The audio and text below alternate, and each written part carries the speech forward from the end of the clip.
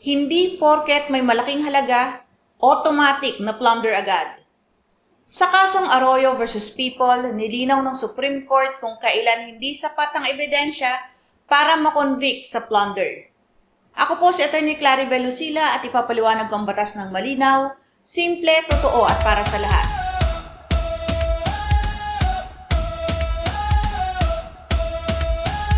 Taong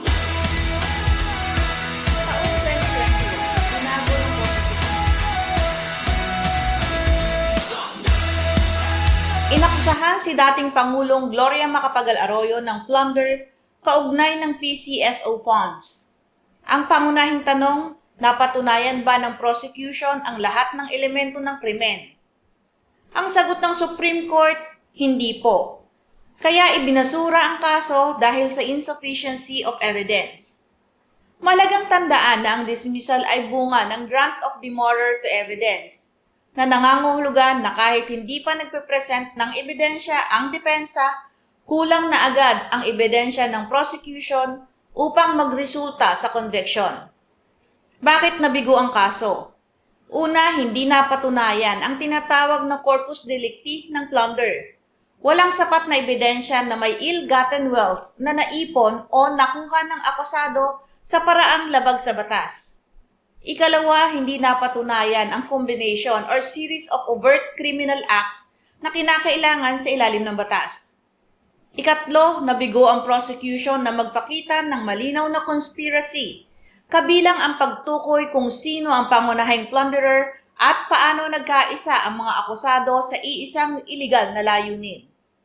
Ikaapat, hindi rin napatunayan na may personal benefit o paggamit ng pondo ang akusado.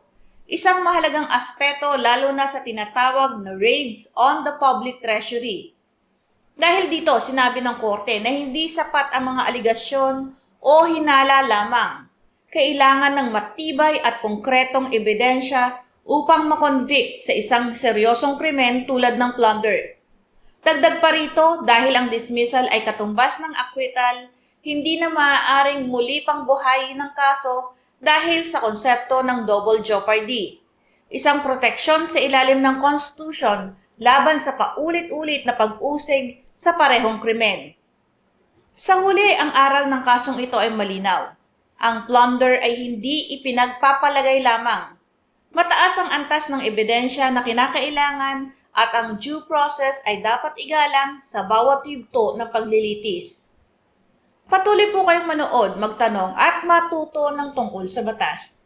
Magandang araw po, ako si Atty. Claribel Lucila.